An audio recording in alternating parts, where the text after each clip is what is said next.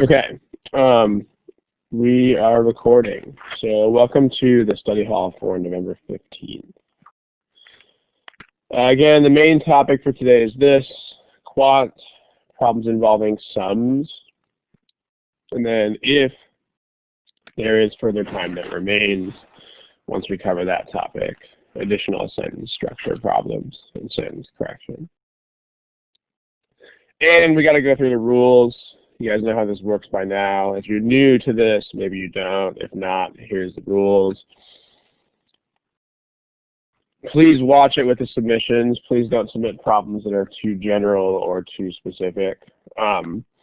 Especially not too specific. This is what most people have been doing lately, is submitting problems that are single individual problems or single individual questions. You know, how would this work in sentence correction if I had this one sentence kind of thing.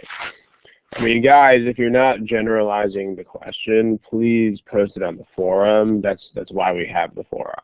So, some people are taking a lot of time to type out entire questions into the study hall form. If you're doing that, then you should take that time and you should post the question on the forum instead.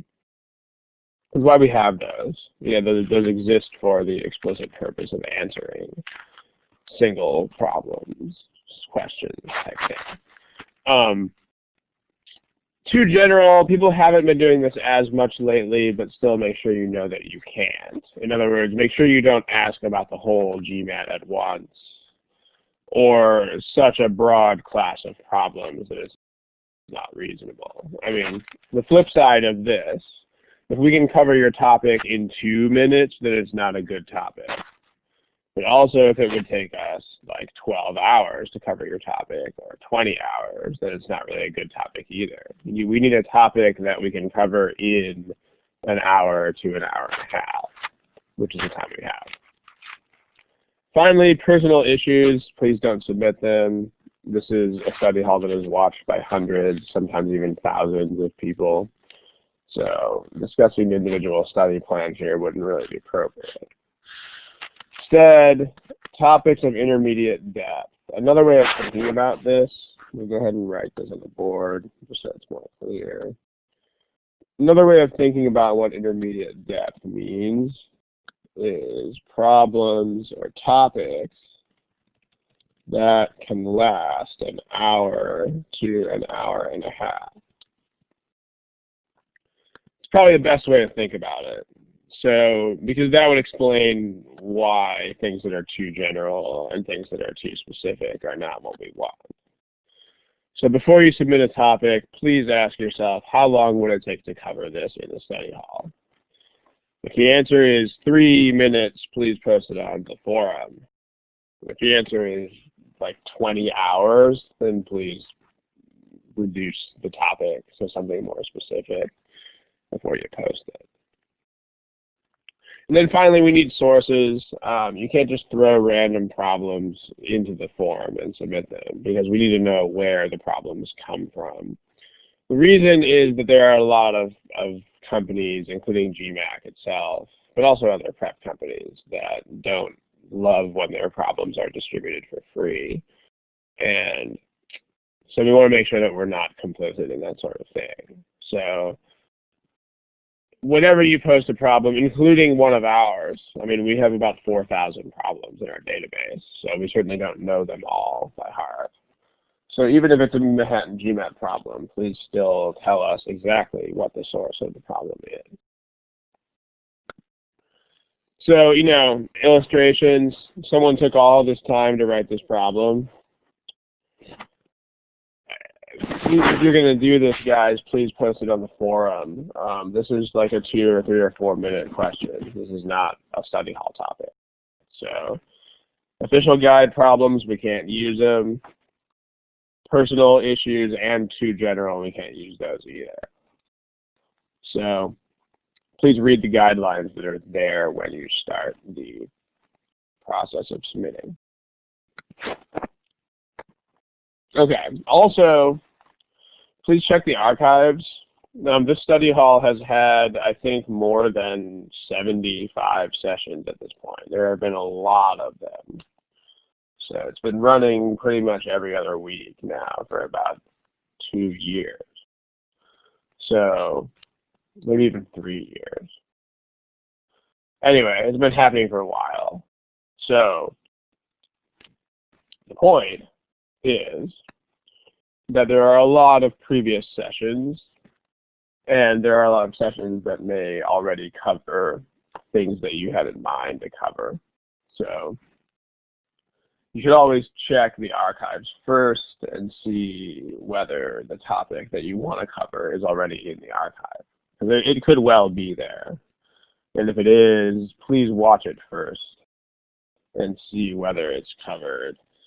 If you watch a previous session and there's some angle on the topic that you want to see that's not there, then please tell us that. Please say specifically like how, which part of the topic, what aspect of it that you were looking to see that was not there. So those are the rules. Any questions about the rules?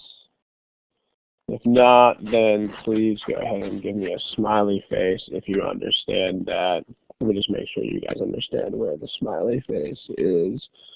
It doesn't mean a smiley face in the chat box. Okay, a lot of you seem to know where that is, but just to make sure everybody's on the same page here, underneath your name, when we say give me a smiley face, underneath your name you'll notice these emotion icons here.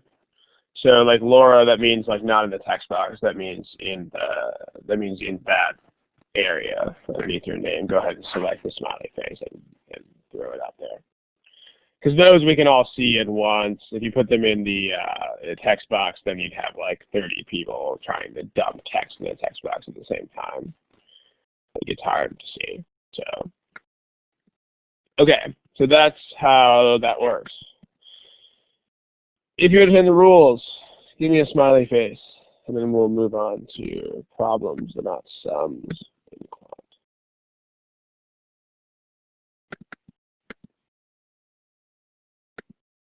Okay, so the problems in here, I'm going to go ahead and change your options to be multiple choice. So you should now see multiple choice options. Looks like someone is accidentally put down a camera, so let's not do that. Okay. All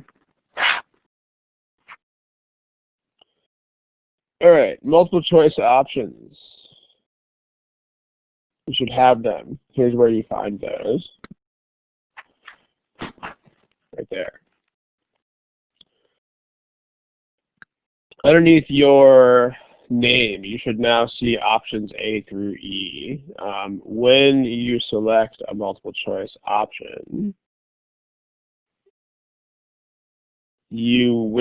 other people will not see what you pick, but this is how you respond to multiple choice questions. Again, please don't respond in the chat box. The chat box is very small, is basically the problem. And it doesn't really work if there are 30, 40 people trying to chat in the chat box at the same time. So we have these polling tools. Please use them. These are A through E choices. And that's the deal. All right. All of the questions are from GMAT Prep. It's a free software published by GMAC. Those are free. We are allowed to distribute those because it's a free product. We can't use official guide problems because it's not a free product. So be aware of the difference when you submit problems, please. Okay, let's go ahead and get started on this. Here is the first problem. There's a timer for you. Please remember when you give multiple choice answers, please give the answers that are located there underneath your name. And I'll give you a timer, and then we'll get going.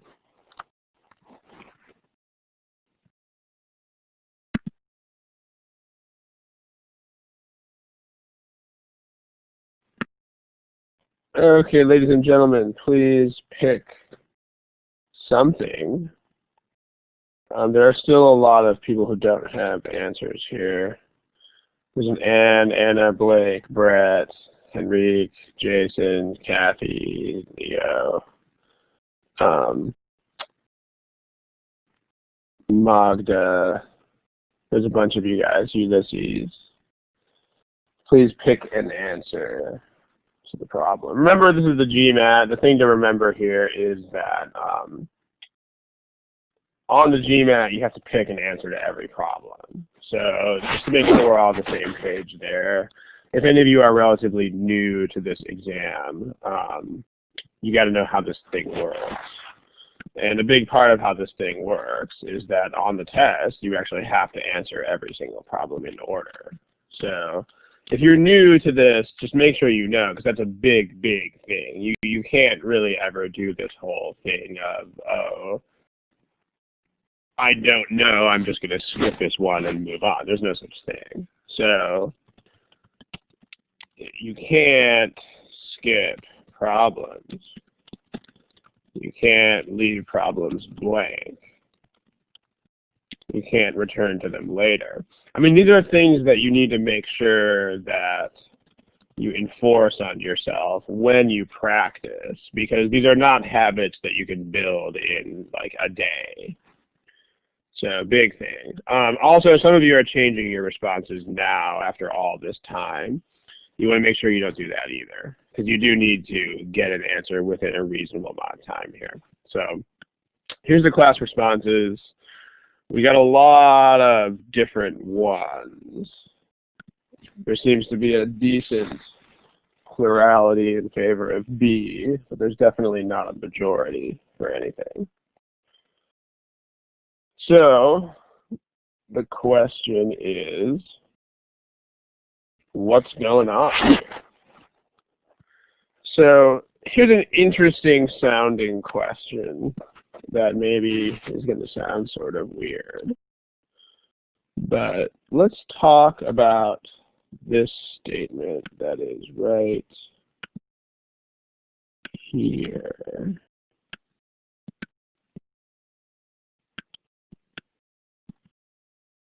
Here's an interesting question. You can respond to this in the chat box.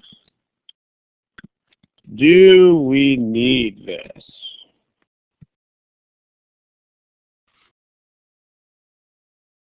We actually don't. It is a thing that you might possibly use, but we don't need that. And does anybody know why we don't need it?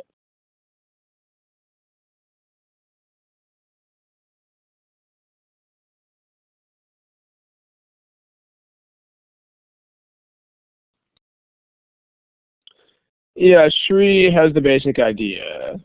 And then maybe a couple other people are typing, I think. Let's see.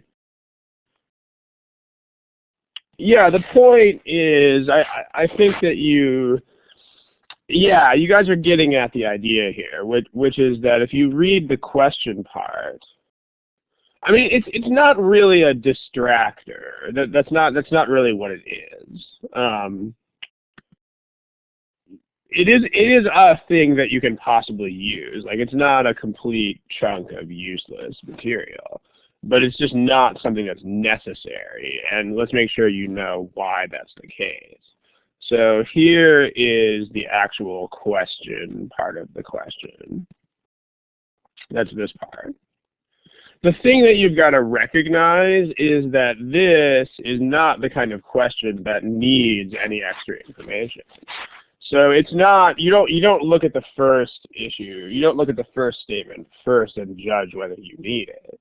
Like, you should always kind of start your reasoning from the question part and say, what do I actually need?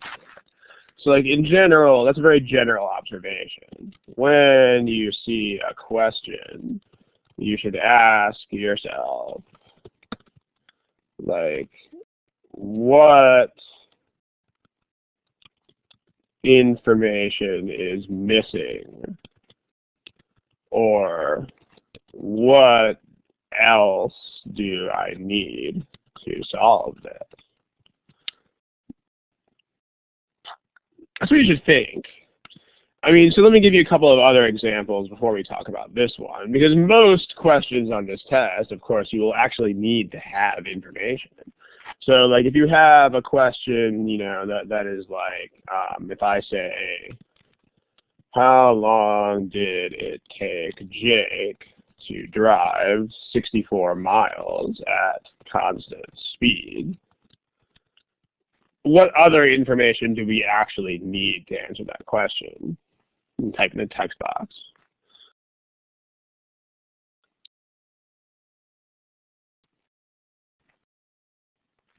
What else would we need? What other information would we need to answer that question about Jake?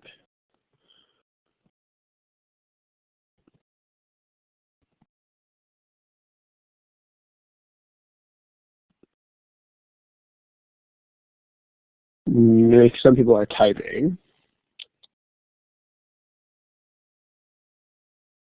It's not this problem. In case anybody is confused, we're temporarily ignoring the problem on the board. More general idea, if you have a question that you are dealing with. First thing you should always do is say what information is not there that I need. So, okay. Okay. My chat box was frozen. I see that a lot of you guys have entered it. Yeah, that's right. So in this situation, you have a rate times time equals distance type of thing. And if you notice, you have a distance. The distance is given. The time is what you want. So that's the only unknown. Because the thing you want is supposed to be an unknown. So in this case, we need the rate, like we need the speed. So that gives you a focus for what follows. So in general now, let's talk about this. Let's talk about the problem that we actually are dealing with right now. So this is very different, as you will soon see. The question that is currently on the board is what is the sum of the even integers from 102 to 200 inclusive? I mean, you know, the even integers from 102 to 200 inclusive is a group of integers that is just a group. Like, this is not anything that depends on any sort of missing parameter. So this is already a definite set of numbers. So we don't need any extra information. Like, nothing else is unknown.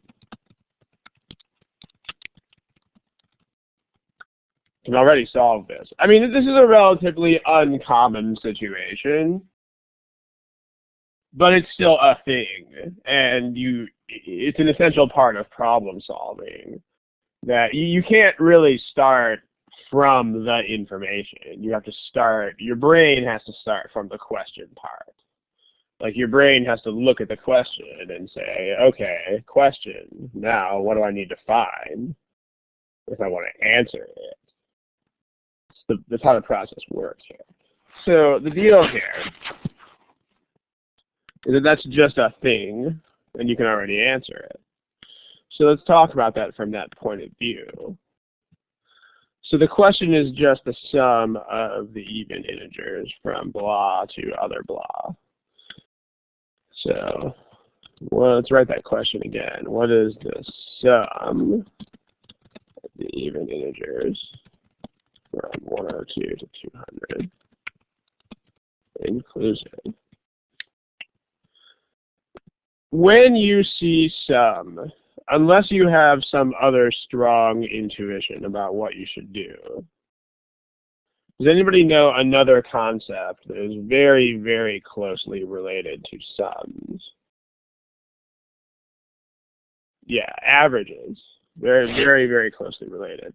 So, in fact, so closely related that unless you have something else right away that you can do, you should just by default associate these with each other. So, like unless you have an immediate intuition to do something else, you should associate sum with average.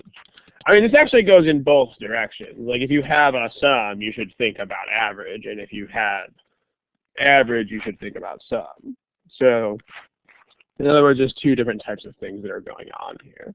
The first is you can find a sum you can find an average rather by taking a sum and dividing it by a number, by how many terms there are, by a count, in other words. Or you can also find the sum by taking the average and multiplying it by the count. Like, make sure you have both of these ideas at your fingertips. I mean, this is the same equation 2 times, which you can definitely see. Because if you just multiply this equation by count on both sides, then you get that one. But mentally, as far as your brain is concerned, these are not really the same equation. Like, your brain will definitely think of these as 2 different things. Because your brain thinks of this as a way to find an average, and your brain thinks of this as a way to find a sum if you already have it. So it's better to have both of these. You know, you can derive one if you have to from the other. But these are both commonplace enough that you should just kind of be able to use them. So this is what we want here, because we already have a sum. Or, pardon, we already have an average. At least we can figure one out. So let's do that. It's average times how many numbers there are. So what is the average of all the even integers from 102 to 200? That seems like kind of an intimidating task. But what is the average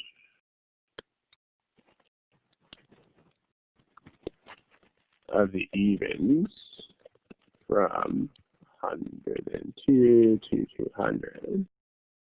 So the thing you got to realize here is that if you had some random set of numbers, then you would have to add them all up and divide to get an average. But these are not random numbers. These are consecutive evens, which means that the spacing between them is exactly the same the whole way.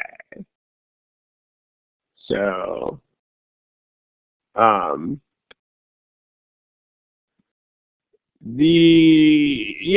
taking an average, basal, yeah, that's going to work, and we'll talk about why in a second. So, then again, remember there are like 40 people in here, so I mean, the person responding may not be responding to whoever just posted. That's the problem with having so many chatters in the chat box. Like this, these are all evenly spaced. Forever and ever, amen. So like 102, 104, 106, 108, 110, 112, etc. They're evenly spaced. And the point with evenly spaced sets is that they are symmetrical. They're like the same forwards and backwards. Like if you flipped it around, the pattern would not look any different. And the result is that you can just average the smallest and the biggest. So if you have an evenly spaced set, you can just average the highest and lowest numbers. And that's the average of everybody. So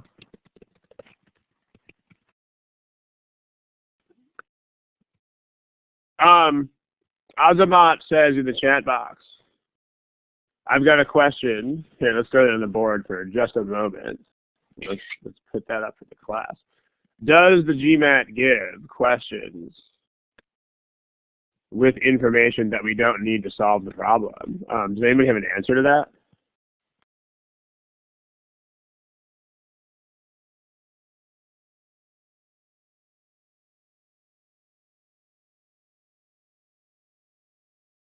The answer is yes, right? Definitely. What's the evidence for that? The evidence is you're looking at one. Yeah, and so what Ali is saying right now in the chat box, that the evidence is yes, they do, and there's one of them on the screen right now. Remember, these are not problems that we made up. These are official problems from GMAT Prep, which they wrote.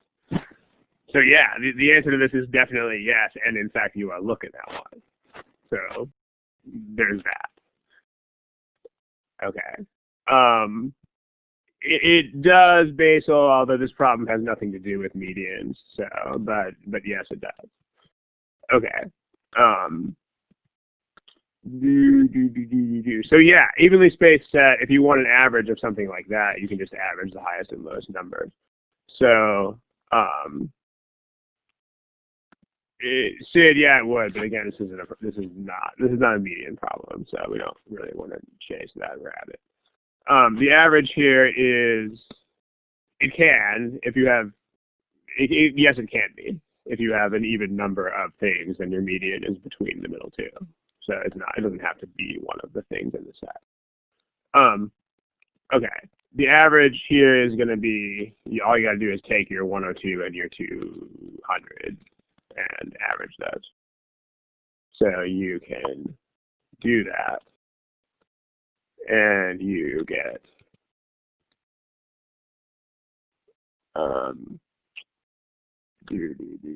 that. So that is going to be 151. And then you got to figure out how many of these there are. So as far as figuring out how many there are, there's a couple of ways that you can do that. Let me just give you a couple of suggestions. I see that there's a pile in the chat box. We'll look at that in a second. One way that you can do this is to realize that there are the same number of evens from 102 to 200 as there are from 2 to 100. Because that's like the same list, but everything is just 100 less. So if you make that realization, then you know how many there are without having to count them. Because if you, like this, is the first 50 evens, which is probably pretty clear. So if you realize that, then there must be 50 evens in this list as well. There's a couple other things you can do too. I mean, if you're more of a formula person, there are those. I mean, I don't want to just throw random formulas on the board because you can't figure those out if you don't know them. But does anybody know what you can still do? Like, if you can't figure out any way to calculate how many evens there are, does anybody know what you can still do?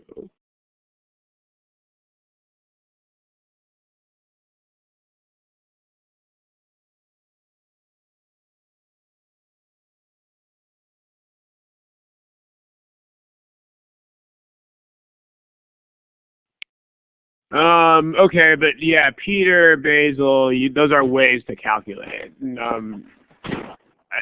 I'm saying, let's say you literally do not think of any way that is mathematical to figure this out. Henrique, that's still calculating, and in fact, that won't give you the right number. I mean, Henrique, that method gives you 49, and you're supposed to get 50. As a hint, where I'm going with this is much lower tech than you might think if you think of formulas as being technology. Azamat, that's still calculating stuff.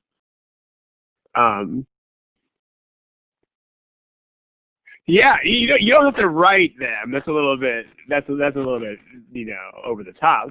But Paul, that's where I'm going with this.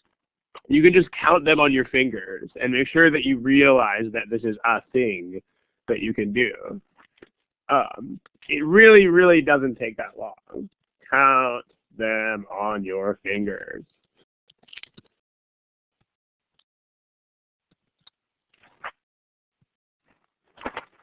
Make sure you know that that is a thing, is where I'm going. Because a lot of you guys are still spitting out a whole bunch of formulas and things like that. And I mean, we have a lot of students who like just don't do stuff if there's not a formula for it. And you want to make sure that you are flexible enough that if you need to, you can just get out the shovel and start shoveling dirt. And that includes just counting stuff on your fingers. Because like sometimes you kind of have to. Like the problem is dealing with, you know, the primes from 2 to 50 or something. Then you will actually have to use probably, you know, if you have a probability thing there, you'll have to actually count those primes.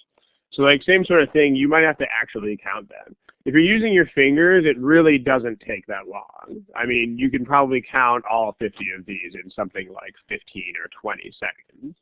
Because you can easily count a couple of evens per second on your fingers. So however you arrive at this,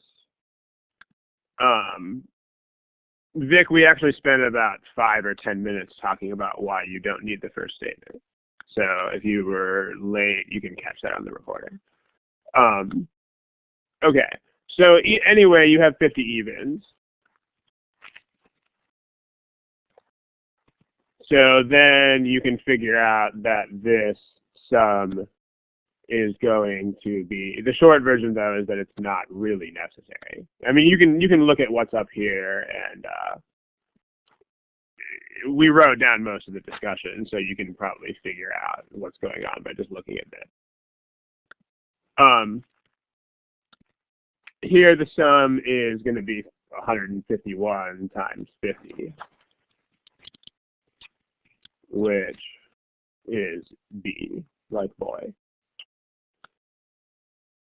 So that's one way to do it. We'll talk about another couple of things in a little bit. In case anybody is late here, here's the deal. Your study hall topic is this. This is the main topic for today. If we run out of time, then we won't do any of this till next time. But if we do the sum problems that we had and we still have time, then we'll look at a couple of sentence corrections. So that's what's happening there. Okay. All right. So any questions? There's two main ideas that we've seen so far. The first is that you actually don't need the first statement. So there's a lot of clutter on this page. Let's make sure we get the main lessons from that last page on one board. So one main lesson from the last page is you don't always have to use all of the information. And I mean, okay, let me make a couple of statements here. There's going to be a little bit of speculating that's going to happen, but a lot of this is, you know, nonetheless important. Like, on the current version of the GMAT, like the thing that they're giving right now, most problems use all of the information given. Most of them do. On the other hand, like I said, there's going to be a little bit of speculating that's going to happen here. But there's this new thing which doesn't matter terribly much right now, but it's called integrated reasoning. And I think integrated reasoning is basically predicting where this test is going to be headed in the next few years. So on the other hand, like the whole point of that IR section, though, is to give you tons and tons of information, most of which you don't need for any given problem. And I mean, notice that the point is that this is like real life. And in particular, like business. Because I mean, the big problem with spoon feeding all of this information is that, you know, real life doesn't do that. They don't just hand you exactly the information you need to solve problems. So that's, and I think, I mean, the reason I'm talking about IR right now is not because IR is that important. It's not terribly important. But instead, the reason I'm talking about this is that these, like, eventually, this is most likely an indicator of where the emphasis of the GMAT is headed. So in other words, I mean, I don't know if I hope that people who are studying now are not going to be taking the GMAT in like 5 years. But, you know, just in case anybody kind of drops out of the thing for a while and has like little babies or something and then goes back and decides to take the test later. The point is that this is probably where they are going. They're probably headed towards a test that requires more of you in terms of like filtering out useless information and keeping what is useful. Another lesson that we had was, so totally, that's a very general lesson about everything. And then specific lessons about sums and series of numbers. So one that we learned is that you should like sum and average are closely related. And there's those two formulas. You know, you've got sum is average times how many. And then you also know that the average is the sum divided by how many. So there's that. And then also, when you have an evenly spaced set of numbers, the average, which is also the median for sets like that, is just the average of the biggest and smallest numbers. And then finally, lastly but not leastly, is don't be afraid to count things manually. And to do things manually in general. Like if you really can't think of another way to do something and you can just do it on your hands, then guess what? So, okay, there's that. Now let's look at two more things about this problem. Any questions about the lessons on this page? So, you know, just highlighting with boxes the things that are most important. That,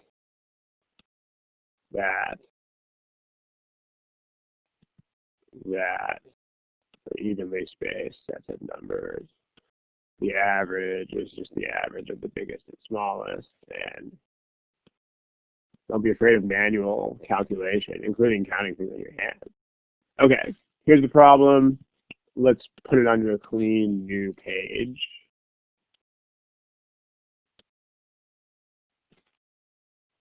If we can. I think it's not letting me copy and paste. Oh, that's horrible. Okay, here's the problem. We have to copy it, all that stuff on it. All right, the problem is now, this problem needs to take a shower now, but it's not letting me copy and paste it clean. So there's the problem, and then let's get the answer choices real quick. The answer choices are here.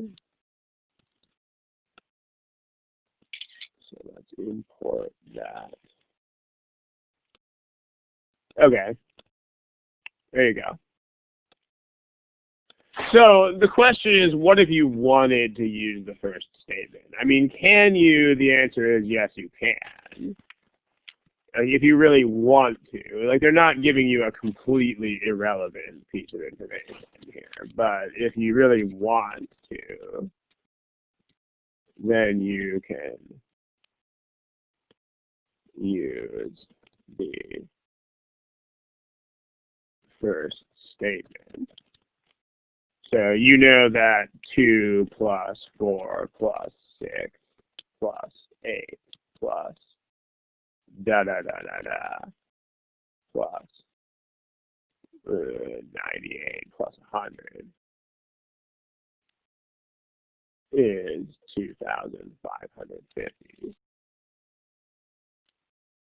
And you want 102 plus 104 plus 106 plus 108 plus plus 198 plus 200. So what you can probably see here pretty quickly is that this is 100 more than this is 100 more than that, this is 100 more, this is 100 more, this is 100 more, everything's 100 more.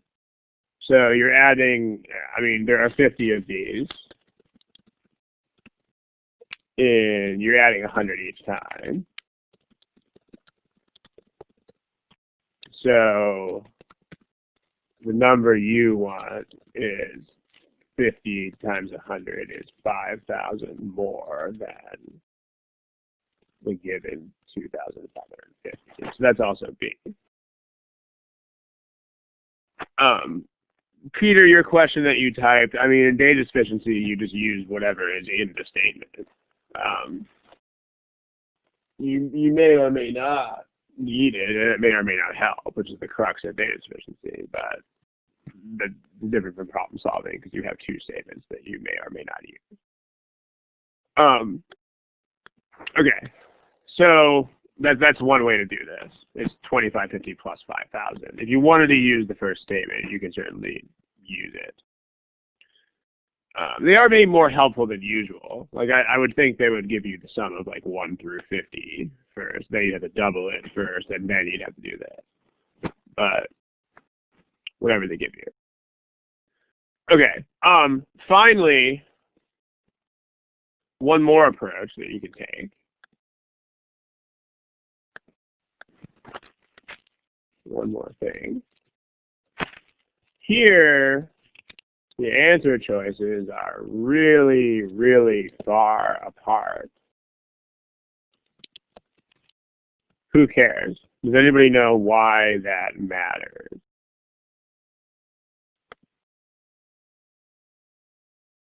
Let me know what you can do when the answer choices are really, really far apart. You can estimate. Yes, you can. Like the point is that none of these answers is really within like, you know, even 50% of the others. So you don't really need to be super exact about this. Estimate has 2 T's. You don't need to be super exact about it. So, oh, are we not on the screen? Okay, did you guys see this? Was this the screen that you guys were looking at? Is that what you meant by page number? You saw the wrong screen. I mean, this is not from a book. This is a problem from GMAT Prep software. So, okay. The answer choices are really, really far apart. So you can the point is that you can estimate stuff. Like these are so far apart that if you are anywhere close to the correct value, then you will be just fine. You know, you would have to be off by some colossally huge percentage to be not okay if you made an estimate here. So like if you're using the average times count,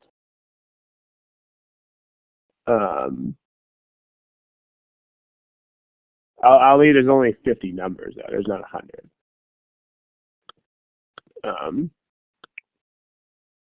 Okay, so if you realize that you're looking at, like you want average of 102 through 200 times number of evens from 102 to 200. I mean, let's say that you don't really know how to calculate these. Then just get an estimate. I mean, this is the average of about 100 to about 200, where you have evenly spaced numbers. So if you don't really know how to calculate that, you can still just realize that, okay, this is going to be really close to 150. Like it might not actually be 150, but it's going to be darn close. And then this is, there are, you know, it turns out there actually are exactly 50 of these, even if you didn't realize that. You're like, dude, you know, there's about 100 numbers between this range, and I'm taking half of those. So it's about half of 100, so this should be close to 50. Again, as it turns out, this is exactly 50, but that's not the point. The point is that you know it's going to be really close to that, even if it isn't. So this is going to be super close to 150. This is going to be right around 50. And the answers are ridiculously far apart, so this is more than good enough. So you know that your answer is approximately 150 times 50. So that's 7,500, approximately. So definitely good enough to get us B here. So if you have answers that are super, super close together, like they are here, then make sure that you have estimating as a possibility on the table. Any questions about that? Type them in the text box if you have questions. If not, we will look at another problem.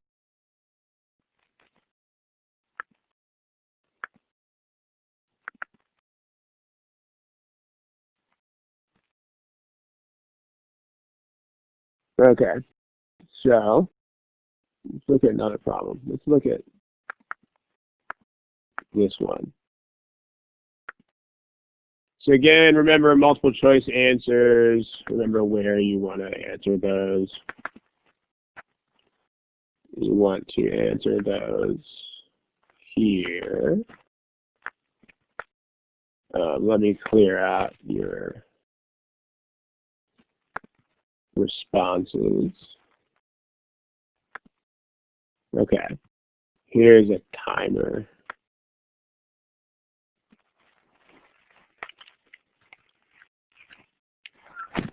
Have fun.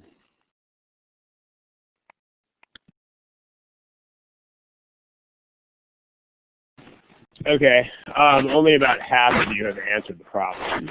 So remember how the GMAT works. You can't not answer the problem. So please pick something. There's a Sid, Rame, Sam number 1, Monty, Garango.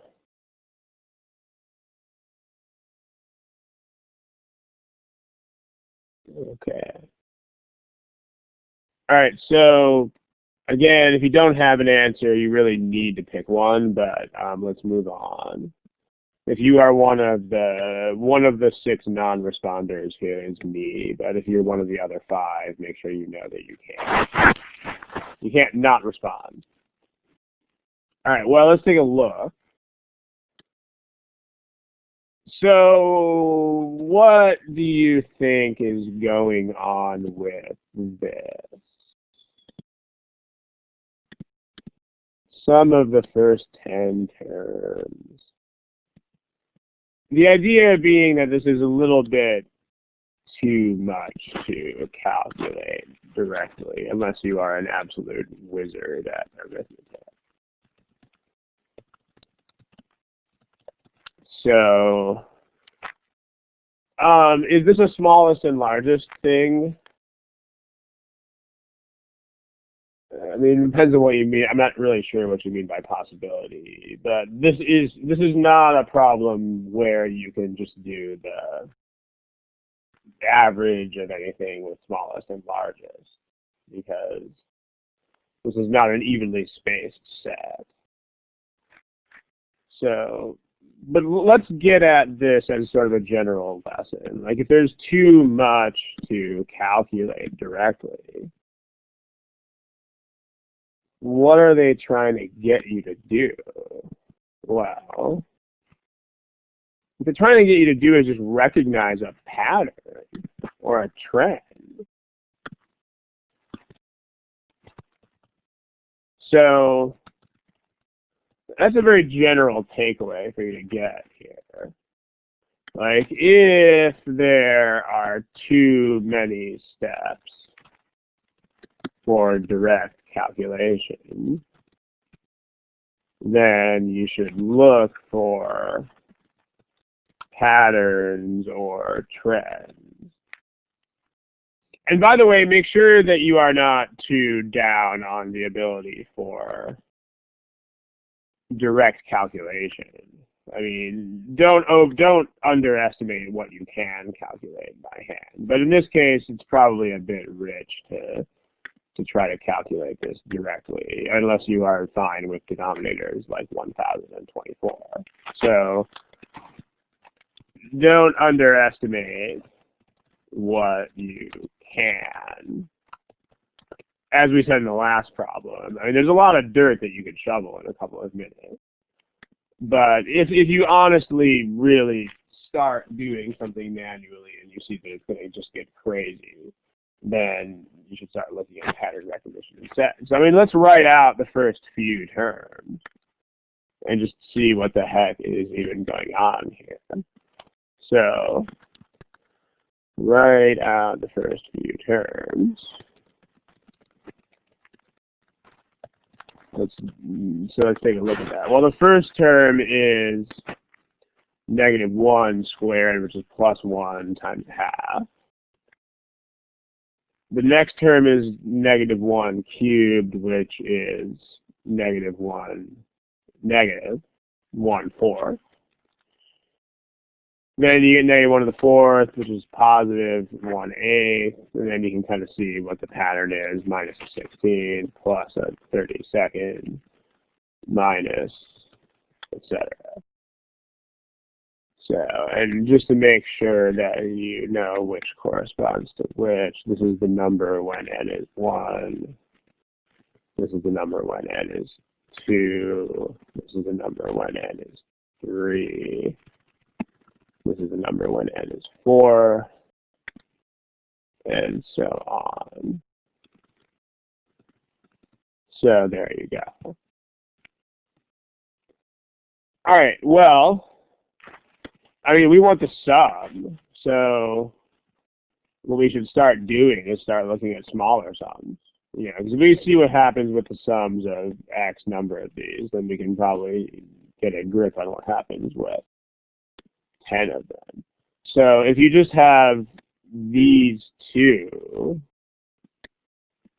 then that's a half minus a quarter, which is a quarter. Then if you take that and you look at the next term included as well, so the first three terms, I mean, the first two are still a quarter. So if you have these, that's a quarter plus an A, which is 3/8. If this seems a little bit slow, it's because changing colors a lot is sort of annoyingly not fast on Elluminate. If you want to look at the next term, then that's 3/8 minus a 16th, which is 3/16 minus a 16th, which would be 5/16. If you look at the next term, you're adding 1/32, 32th, whatever you would call that.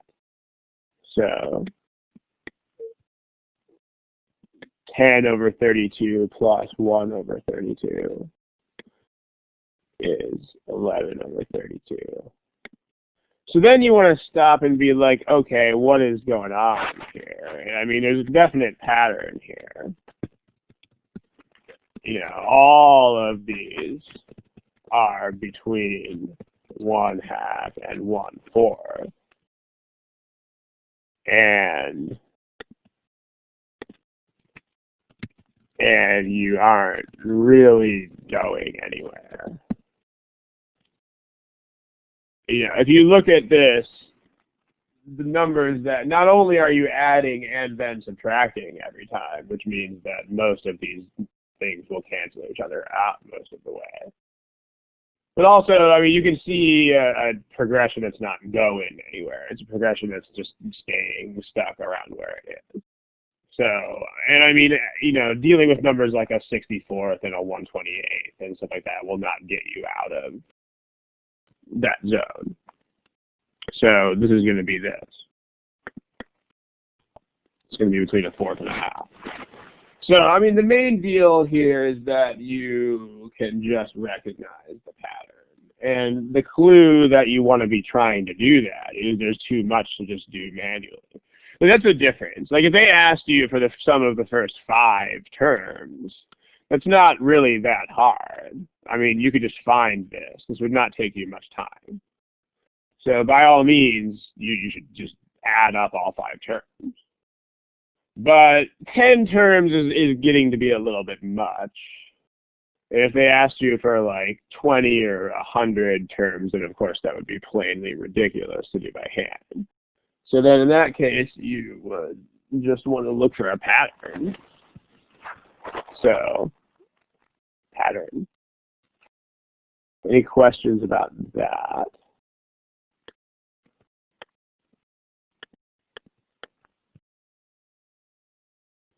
Okay, so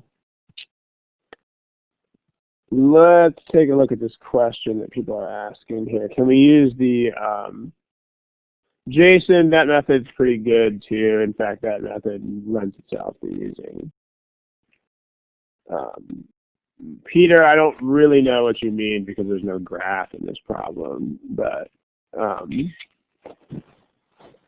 if you're doing something involving making a graph, then if you can do that in time, then by all means go ahead. But it seems like it might not be a very time efficient thing to do.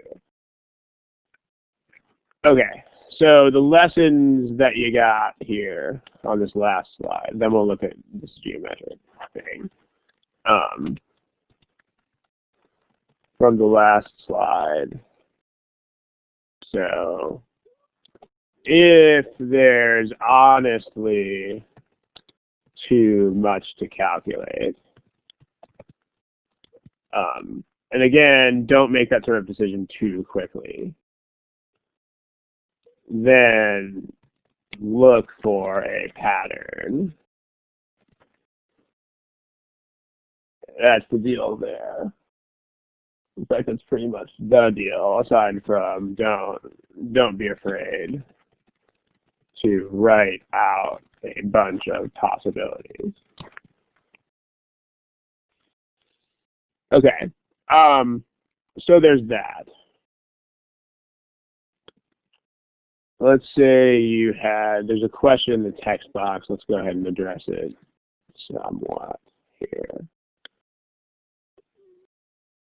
So here's the question from the text box.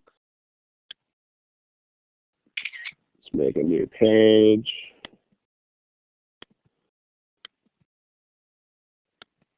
There you go. Again, sorry, there's sort of a mess on there.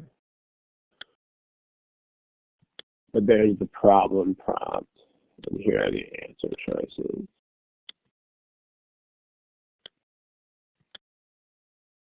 Okay, so, and let's go ahead and white box. Let's go ahead and kill that other thing. That's there. Okay, so Peter Guarango, says, I don't know if I'm saying that right or not, but Guarango asks, can we use these geometric series? I'm assuming it's what we would call geometric series over here in the States, but I don't want to spend too much time on this because it's not as important as the pattern recognition aspect. But yeah, you can, right? If you know them. So if you look at the series, it's plus a half minus a quarter plus an eighth minus a 16th, etc. So this is a geometric series where if you don't know what that is, then either look it up on the internet or in a textbook or whatever, or honestly don't stress about it that much because it's not going to play a big role on this test. But if you do know what this is, you can use it. Each term is, the first term is 1/2, and then each consecutive term is -1/2 times the previous one. So in other words, the ratio is a constant ratio, which is 1/2, -1/2. So I don't have any idea what these formulas are, but I know they exist. So if you happen to know what the formula is for this kind of thing, then you can plug in first term is 1/2, ratio is -1/2, and then number of terms is 10. And it'll give you some horrible, horrible fraction that will indeed be between 1/4 and 1/2. So yes, the answer to this question is yes. It's not, I mean, the chance that you'll get to do this on your GMAT is very low. And the chance that you'll get to recognize patterns on your GMAT is very high. So priority-wise, this is not priority A1. But if you know how this works, then yes, you can use it. Okay, other questions, if you have them, type in the text box. If you don't, then we can do another problem.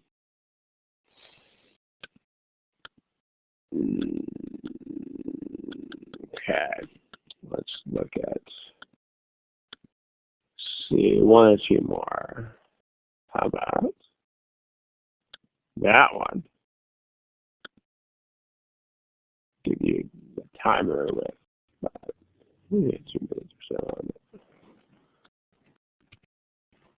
Boom.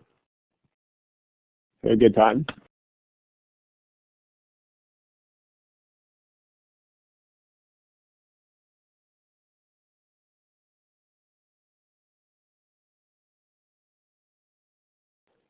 Okay, there are a lot of non-answers right now. There's only actually 19 of you with answers out of 32. So make sure you pick something that is a something. Even if it is a totally random guess.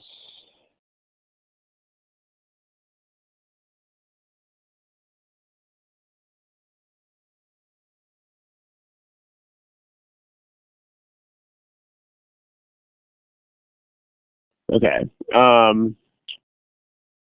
Couple of you still with no answers. Remember, that's not a thing when you take this test.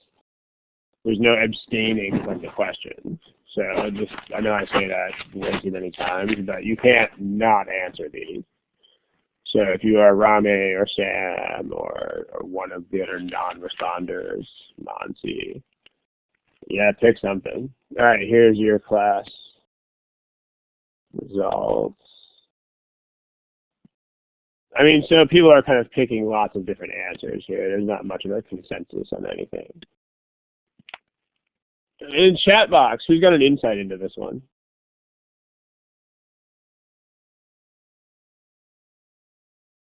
Anybody? Yeah, it's the only way to do it. It's actually the only way you can do this one. The main point of this problem, I mean, it's still a sum problem, but you're not going to get any formulas to happen here. Like sometimes you just have to shovel the dirt, is the point. I mean, sometimes there are no beautiful ways to solve these problems at all. I mean, there are some clues in this problem that that's the case. But the point is you need to have this mentality where if all else fails, you can just get the shovel out and go to work. So, because that's totally what has to happen here. is you just have to shovel the dirt. So if you look at what's going on, I mean, this is a big clue. I mean, remember that algebra has no way of doing integer problems because algebra doesn't know whether things are integers or not. So in general, you can't do this kind of thing with algebra. I mean, unless it's consecutive integers, like unless it's much more restrictive. Like if they tell you that the integers are consecutive, then okay, that's a whole different game. And that's something you can do. That's a different ballgame. You can totally do that. But random 3 positive integers, there's literally no way to do this other than to just write out stuff and see what happens. So, oh well, I guess we just have to write cases out. So let's organize. Don't test cases. Don't test random cases. Like even when you are just shoveling a giant pile of proverbial dirt, you can still be very organized in doing so. So like let's just, I mean, it doesn't matter how you organize it as long as you organize it. So like one way to do this is to start with the biggest possible number. So like let's start with the biggest possible numbers. I mean, notice that which would be one of the integers is 8. Because if it's 9, you already got 81. 81 is too big. So can you get 8 plus blank, 8 squared, plus something squared, plus something else squared? Well, that would be 64 plus something is 75. And by the way, what helps is to write out a list of possibilities so you can just stare at it. So 1, 4, 9, 16, 25, 36, 49, 64. Those are the numbers that you're dealing with. So can you get 64 plus 2 of those other things to be 75? Well, this would have to be 11. So it should be pretty clear that the answer to that is a no, because you can't get an 11 out of those. I mean, the closest you can get is 4 plus 9, which is 13, but 13 is not 11. So it's not going to work. So then let's just go in the next possible order. 7 squared, so that's 49, plus something plus something. So in that case, these would have to add up to 26. And then if you just look at your list, then you can get that. You can get this.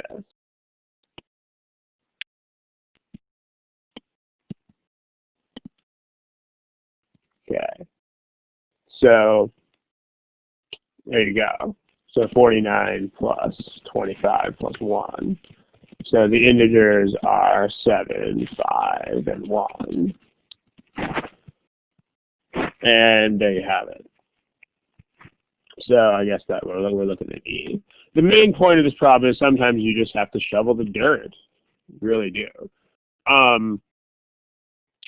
Sam, that is an approach that may not work if you're just looking at ones. Like, for instance, Sam, if you wanted that to be 77, then your approach wouldn't work because that would be 64 plus 4 plus 9, and you wouldn't find that.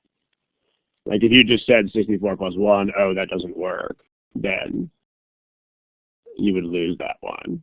Because you don't have to have a 1 as one of the numbers. The point is just to be organized in some way. it doesn't have to be super high tech. Like this is not a really complicated way to organize. Let's just start with big things. Something. I mean, there's a lot of ways to organize. So, but make sure you write stuff out too. Like don't make yourself do a lot of things in your head. And then yeah, different is important here too. If you don't realize they're different, you can bungle it. The three odds, or yeah, the odds and even thing that shouldn't be the first thing you do, because I mean that'll still leave you with three answers. But if you needed some sort of desperation method, or if you had like 10 seconds, then you could do it. But otherwise, that's not a good first approach. Jason, no. That was the whole point of this initial discussion of sometimes you just have to get the shovel out and shovel the dirt.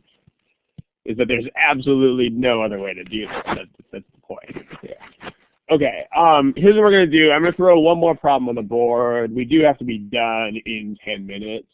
So the next problem, we'll be able to do it, but then there won't be time for a ton of discussion about it. I'll just have to kind of present a pretty quick solution. But just to maximize your time here, one more problem about sums. So go ahead and try that. The data sufficiency problem. Give that a shot. Oh.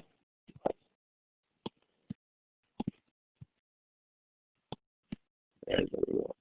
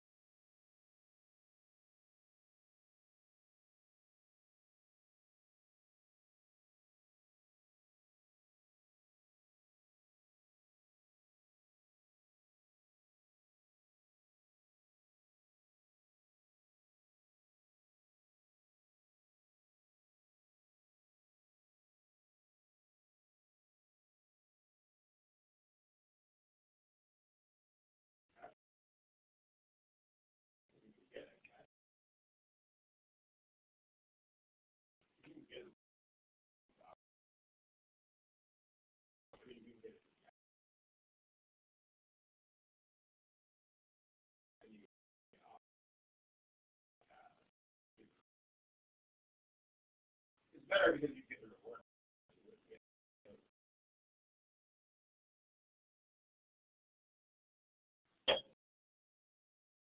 No, it's still better because if you deter you reward.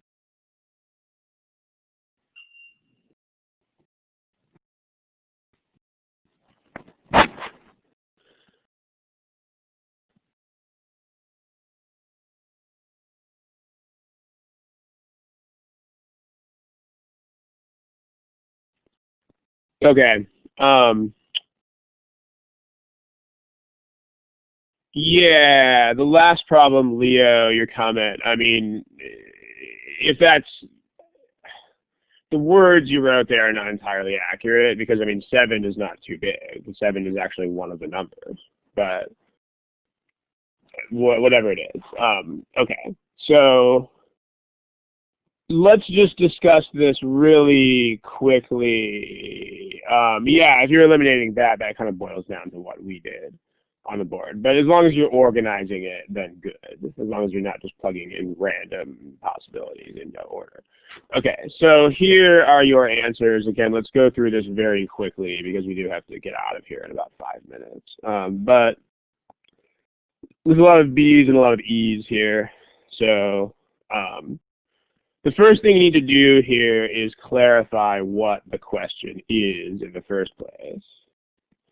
So is each of the numbers in the list equal to 0. So what does that mean? Well, it's a yes-no question, right? So make sure you know what yes and no mean here. So a yes to this question would mean each number is 0. In other words, every number in the list is 0. No means that this is not true.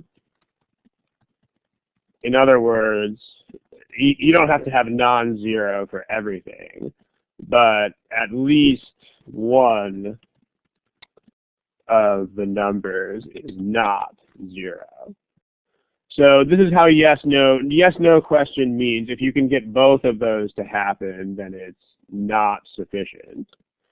If you can only get one of these to happen, so then it's sufficient. So if you can actually make both of these situations happen,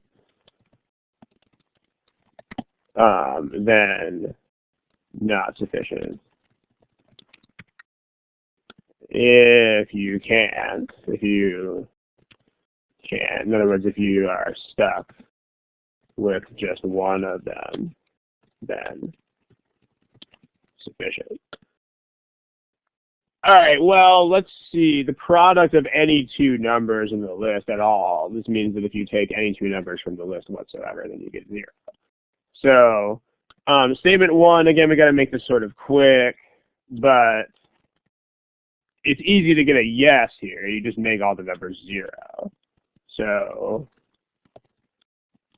if you want to get a yes, there's got to be at least 3 numbers in your list, too. That's the other thing.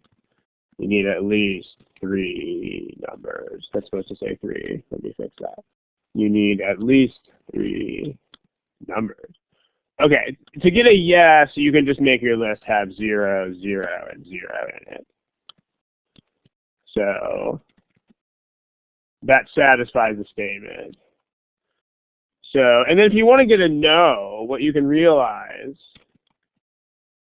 is that the product is going to be 0 if at least one of the numbers is 0. So if I make the first number like, 465.2, then the second number is 0 and the third number is also 0, then if you take any two of these, you will still get 0. Like this times that is 0, this times that is 0, and of course this times that is 0. So you can get both yes and no. All right, now what about statement 2? Statement 2, I mean, again, it's very easy to get a yes here. All you got to do is just pick a bunch of zeros. So 0, 0, 0. The sum of any of those is 0. All right, now let's try to get a no.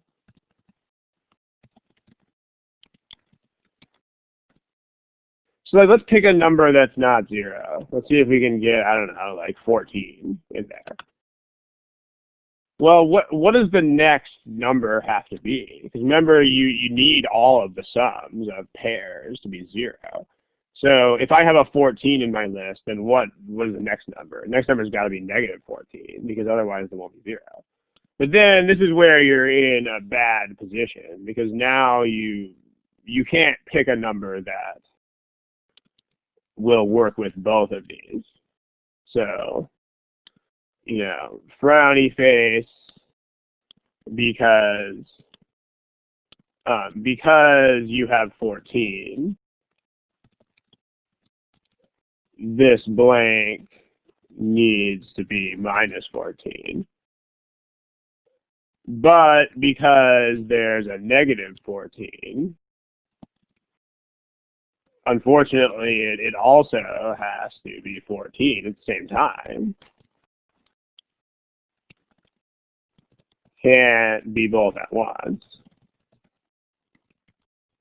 And if you think about it more generally, I mean, you can either realize that any number will do what 14 does here, or you can just call it n, where n is not 0. Then your next number has to be -n. And then you have the same, because these numbers are, if n is 0, then it's not a no. So again, the blank, unfortunately, has to be both n and minus n at the same time. And that's impossible. So it looks like you're stuck with yeses here. And what that means is that this is sufficient. So you can't get a no. That's how that works. Again, it's more of the brute force method. So your overall answer is B here. But again, the lesson here is kind of the same as the last one, which is don't be afraid to shovel the dirt. So, Natalie, you can't even get a third number. So you definitely can't have a list with 4 numbers because you can't even have 3. Like if this, remember we're talking about something that has to work all the time for any 2 chosen numbers. So if you can't even find 3 numbers that do this, then you definitely won't be able to find 4. Because the point is you would have to find 3 on your way to finding 4. So if you can't even get 3, then it's not happening. Okay, so any super quick questions, meaning, we can nail them in the next like 30 seconds or so, then fire away. Thanks for attending. It's been fun. Remember, the next study hall, I believe, is another 3 weeks, but go ahead and check the page just to be sure, the study hall page. I think someone is using the raise hand thing. We don't really use that functionality here. So if you have a question, you can just type it.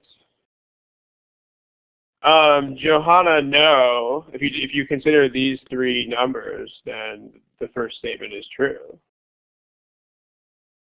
It's got nothing to do with digits. I'm not sure what you're getting at with digits there, but digits are not relevant. Like, I mean, you can't pick one digit out of a number if that's where you're trying to go with this.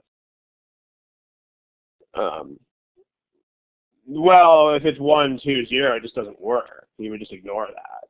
I mean, that's a set that doesn't satisfy the statement. And remember, you're only working with sets that actually do this. So, yes, Natalie, but not the point, because you're not adding all the numbers up. You're adding any 2 numbers at a time. So, we actually don't care what happens when you add up all of the numbers. You're supposed to make a set that, like, read the condition very carefully. It's a big part of what they're testing here. Can you read these things carefully? Yeah. It's any 2 individual numbers. Okay.